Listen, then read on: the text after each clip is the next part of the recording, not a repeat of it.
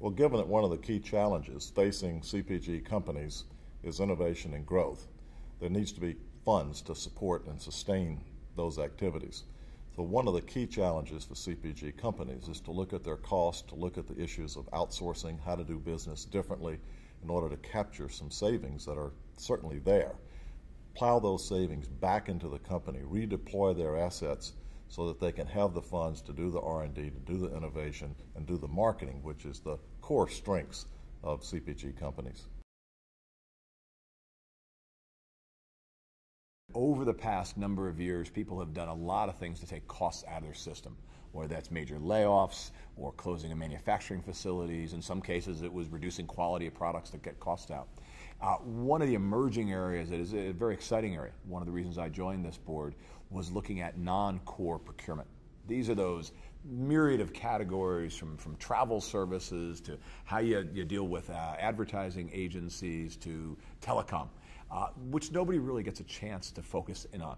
I think it's an area that many of the executives have not taken a hard look at in some time because their primary work has been around sales and branding and marketing and understanding customers and consumers. But today, the CPG executive is going to look at his entire business from top to bottom. He's going to look for new ways of doing business. Survival today demands that companies focus relentlessly on their core competencies. An internal operation only sources products very infrequently during the year. A company that does this across a wide client base all the time knows exactly what terms are in the marketplace every day. So they bring a depth of knowledge to this process that an individual company, no matter how good they are internally, can't possibly bring to themselves. These are areas where having an outside third party who gets to look across a multitude of companies, understands what the going rate is out there, how different people are competing and different people are procuring in these areas, who understands the best practices, different services that ICGC brings to the party. It has a breadth and a depth that an individual company is going to be very hard for them to develop. Frankly, I'm not sure they should develop it.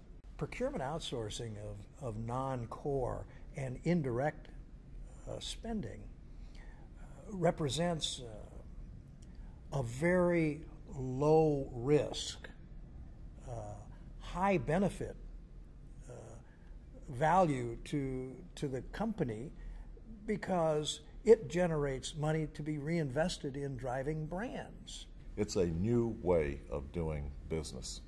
Therefore, it's very helpful within the company to have a senior executive as a sponsor, some executive with broad responsibilities throughout the company who's concerned with the company's bottom line, with the total cost structure of the company, who can have the motivation and sometimes the courage to lead a company into a truly transformational new way of doing business when it comes to procurement.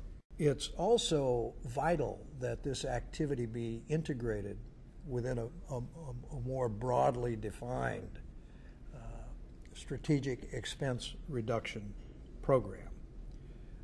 That takes endorsement of the CEO, but it also takes ownership by a major C-suite executive. It's only through that kind of engagement that you can break through the historical barriers to achieving optimal success with procurement outsourcing. You've got a lot of things you got to do when you're a CEO of a company. You're running, you're challenged in a lot of areas. You kind of want to pick your battles where you're going to be winners, and then you want to align with partners who can help you in those other areas. I think ICGC represents one of those very good partners.